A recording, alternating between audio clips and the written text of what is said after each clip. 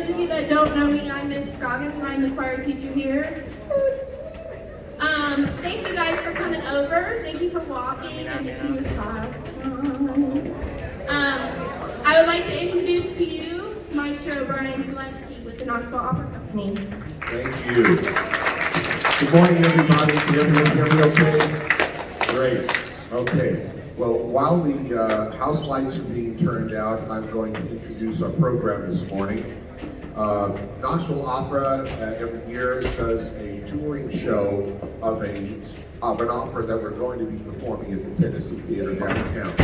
And so we will talk about the opportunity that you guys have to see the big show downtown when this one is over. This is a short 35-minute preview of the opera Romeo and Juliet by the French composer Charles Gounod. It is based on the William Shakespeare play Romeo and Juliet, which some of you may have read in school already, or some of you may be reading that in the future in your school time. Please turn off and put away all electronic devices. During the performance, please be quiet and remain seated. You're certainly welcome to applaud when a song is over. It'll be pretty obvious what that is because the singer will stop singing and I'll stop playing. The story of Romeo and Juliet has two important hand props in order to tell the story. One is a dagger, a knife, and the other is a vial of poison. Now, we don't have a real dagger and we don't have a real vial of poison, so no one's going to get hurt here today. I just want to let you know that. To tell the story of Romeo and Juliet, we need to go back in time about 500 years to the city of Verona in Italy. There we find two families, the Capulets and the Montagues.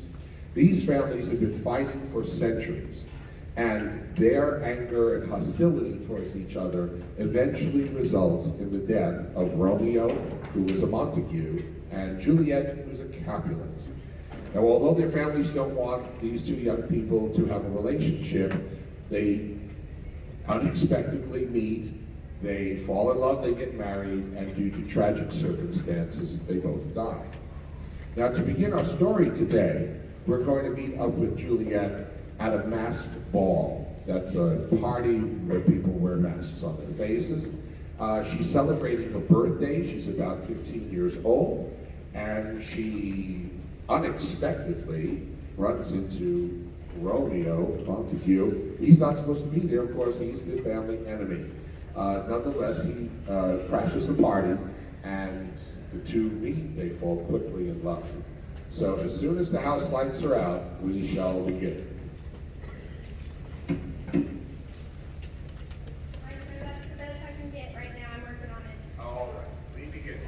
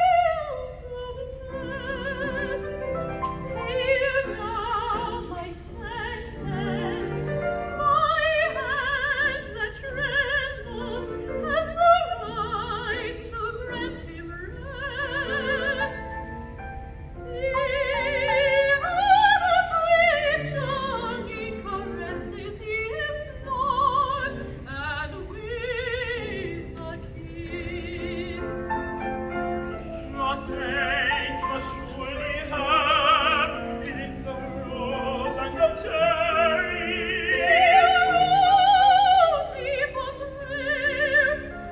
But do they never hear a voice that bids them follow a decree still more fair? Prayers of love do not move our sweet hearts to emotion. No, oh, he grants the prayer. Grant me what I ask of you. Let me swear my devotion.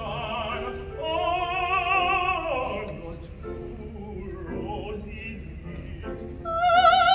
What could light into heaven? Now I take the sin as mine. To free your heart from its pain, would it please you to return it? Now it is mine, so let it be. The sin is mine, now give it here. The sin It is mine, so let it be. Thus It is mine, so let it be. So let it be. So let it be.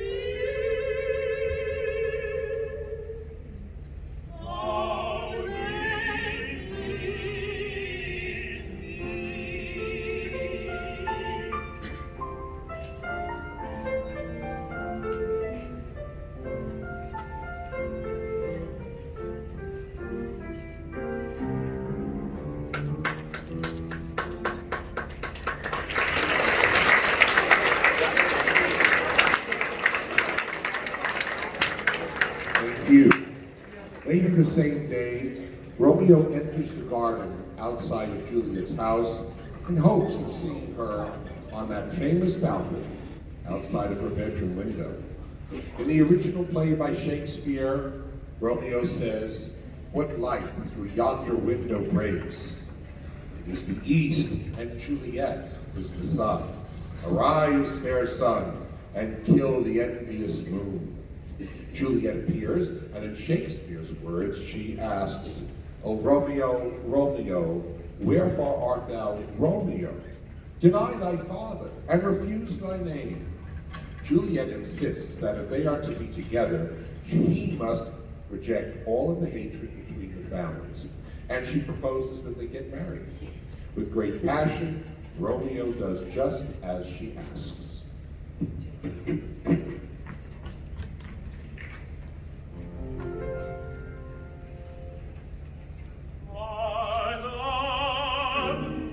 I love, yes, how you rule and disturb all my senses.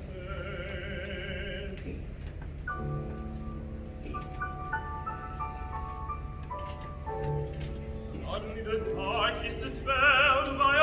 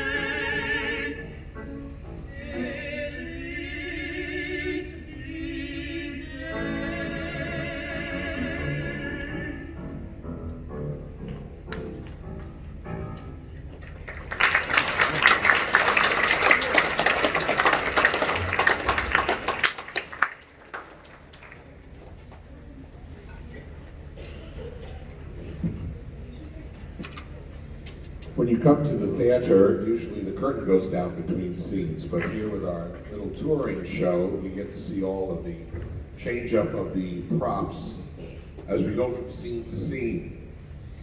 Let's continue with our story.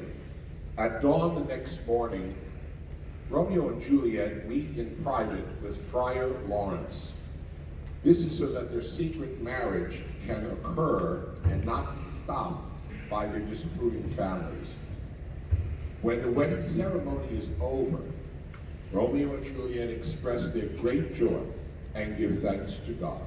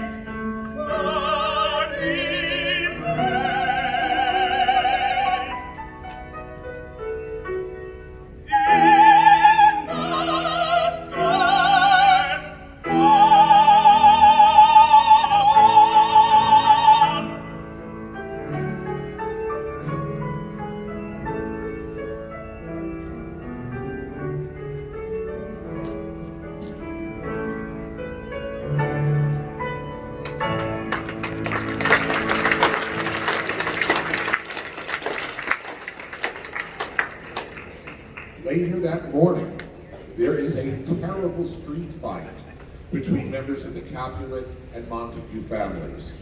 During the sword fight, Romeo's friend Mercutio is killed by Juliet's cousin, Tybalt. Tybalt also tries to kill Romeo, but Romeo ends up killing Tybalt. The prince of the city arrives on the scene, and he curses both families for their violence. He also banishes Romeo from Verona forever. And in defiance of this, Romeo secretly spends the night with his new wife, Juliet. Juliet tells Romeo it wasn't his fault, that he had to defend himself and kill Tybalt. Well, they repeatedly declare their love for one another. And just before sunrise, Romeo leaves the room, leaves the palace, so that he is not caught and sent to prison.